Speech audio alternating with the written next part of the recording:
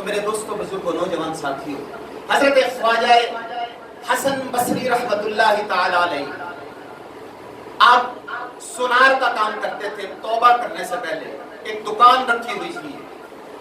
آپ فرماتے ہیں کہ میں مہنگا سونار تھا اور پورے بغداد میں مجھ سے مہنگا سونا کوئی نہیں بناتا تھا۔ آپ فرماتے ہیں کہ جب میں سونے کی کوئی چیز بناتا تھا نا تو پھر میں کسی مشیر، وزیر، کسی مالدار آدمی کے پاس جاتا تھا۔ کیوں؟ اس لیے کہ عام بندے کے بس کی بات نہیں ہوتی تھی۔ آپ فرماتے ہیں کہ عام بندے کے بس کی بات نہیں ہوتی تھی اسے خریدنا۔ تو مجھے پتا چلا کہ مصر کا بادشاہ سونے کا بڑا شوقین ہے، اپنے لیے، اپنے بیوی بچوں کے لیے، رشتہ داروں کے لیے۔ حالانکہ سونا مرد کے لیے جائز نہیں کہ وہ سونا رکھتا ہے اور خریدتا ہے اپنے لیے، دوسروں کے لیے۔ تو میں نے اس کے وزیر سے وقت لیا کہ میں نے ایک سونے کی چیز بنائی ہے، عام بندے کی بس کی بات نہیں اسے خریدنا، اس لیے مجھے بادشاہ سے وقت لے کر دو، میں اس سے ملنا چاہتا ہوں، ملاقات کرنا چاہتا ہوں۔ میں نے اسے تحفے تحائف بھی دیے جو طریقہ کار ہوتا ہے کہ میری اس سے ملاقات کرواؤ۔ تو وزیر مجھے کہنے لگا کہ آج بادشاہ سے میں تمہاری ملاقات نہیں کروا سکتا، اس لیے کہ بادشاہ اپنے پچھلے گاؤں گیا ہوا ہے۔ تو میں نے کہا کہ وہیں پہ میری ملاقات کروا دو۔ کیوں؟ اس لیے کہ جو سونا میرے پاس ہے نا وہ بہت قیمتی ہے، اگر میں واپس لے کر جاؤں گا تو ڈاکو کا خطرہ ہے۔ اس نے کہا اچھا میں تمہاری ملاقات کروا دیتا ہوں۔ تو آپ فرماتے ہیں میں اور اس کا وزیر ہم بادشاہ کے پچھلے گاؤں کی طرف چل نکلے۔ جب ہم بادشاہ کے پچھلے گاؤں میں پہنچے نا تو آپ فرماتے ہیں میں نے عجیب قسم کا منظر دیکھا۔ ایک قبر ہے، اس کے اوپر ایک خیمہ لگا ہوا ہے، اور وزیر مجھے کہنے لگا یہاں پر بیٹھو اور انتظار کرو، کیونکہ یہاں پر ایک رسم ہونے لگی ہے، بادشاہ جب فارغ ہو جائے گا تو میں تمہاری ملاقات کروا دوں گا۔ آپ فرماتے ہیں کہ میں نے عجیب قسم کی رسم دیکھی۔ جو بڑے بڑے علماء تھے نا مصر کے، فقیہ لوگ، اللہ رب العزت نے جنہیں علم و فنون پر دسترت عطا فرمائی تھی، وہ آئے۔ آپ فرماتے ہیں میں جانتا تھا مصر کے علماء کو، انہوں نے قبر کے گرد چکر لگایا اور بیٹھ گئے۔ آپ فرماتے ہیں تھوڑی دیر گزری،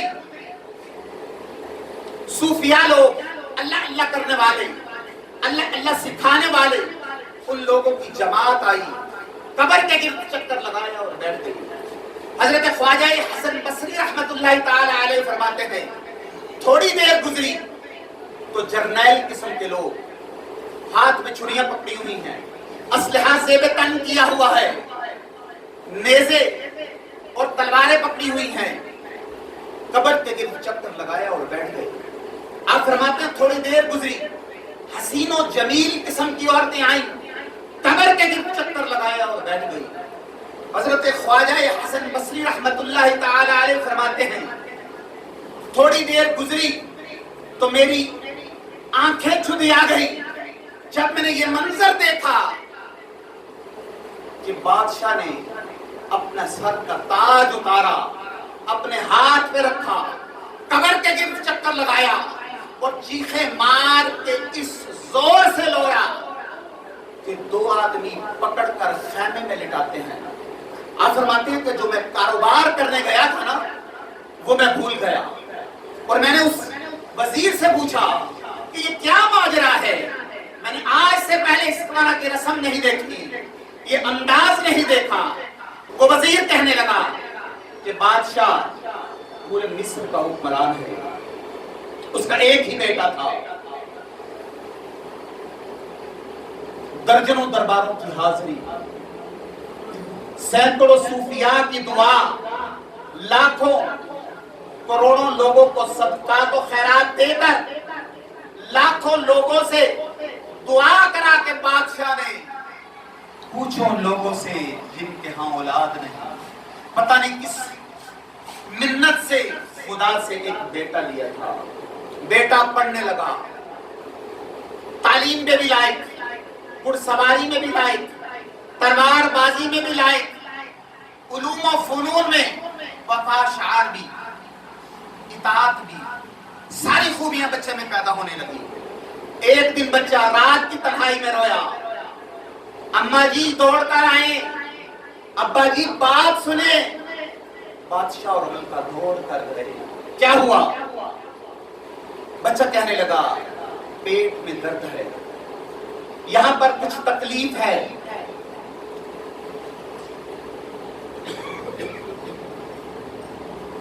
پورے مصر سے لے کر بغداد تک, اور بغداد سے لے کر پورے عرب کے حکیم آئے, لیکن کسی کو سمجھ نہ آئی کہ درد کہاں ہے. جس طرح جانور کے گردن پر چھری چلاتے ہیں نا تو وہ تڑپتا ہے, بچہ اس طرح تڑپا. بادشاہ اور ملکہ کی آرزوؤں کا مسکن کلمہ شہادت پڑھ کر انتقال کر گیا. بادشاہ نے اپنے بیٹے کو یہاں لا کر دفن کیا, اور ہر سال کے بعد بادشاہ آتا ہے, اور جب علماء قبر کے گرد چکر لگاتے ہیں تو بادشاہ کہتا ہے کہ بیٹا اگر پوری دنیا کا علم پڑھا کر تمہیں بچایا جا سکتا تو میں تجھے بچا لیتا. جب صوفیاء قبر کے گرد چکر لگاتے ہیں تو بادشاہ کہتا ہے بیٹا مہینوں کے چلے کرا کر وظیفے پڑھا کر تجھے بچایا جا سکتا تو میں تجھے بچا لیتا.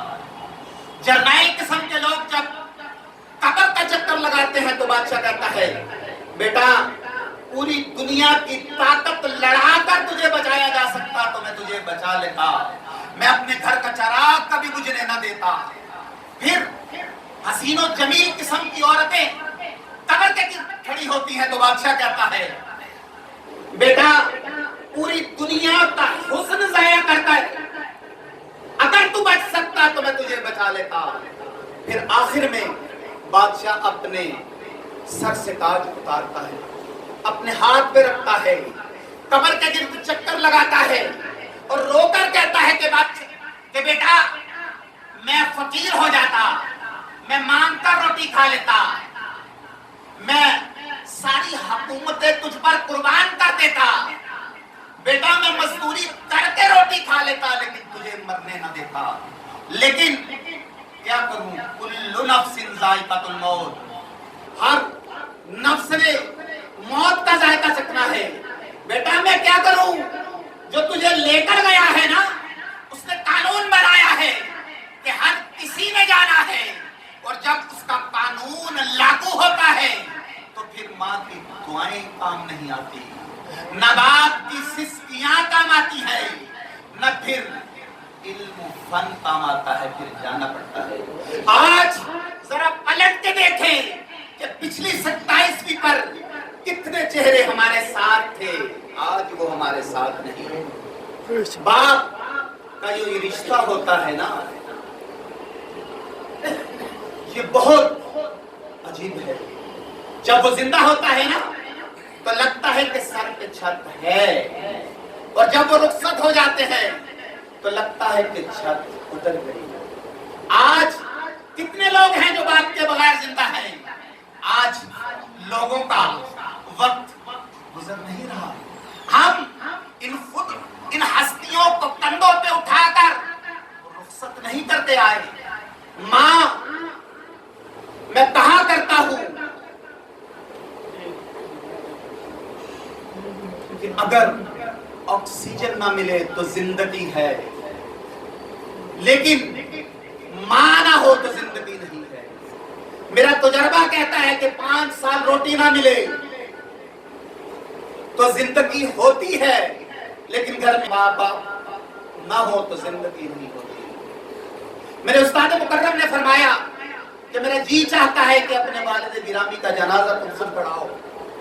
میں ہمت کر کے آگے بڑھا, لیکن واپس پلٹ آیا اور آ کے عرض کی کہ میں نے بہت سے جنازے پڑھے اور پڑھائے ہیں, لیکن یہ جنازہ میرے لیے بہت مشکل ہے, میرے لیے بہت وزنی ہے. حضرت فاطمہ الزہرا رضی اللہ تعالی عنہا گھر میں رو رہی تھی. مولا کائنات تشریف لائے اور فرمایا فاطمہ تو کیوں روتی ہے, بس کر دے. فرمایا علی تو مجھے سچ بتا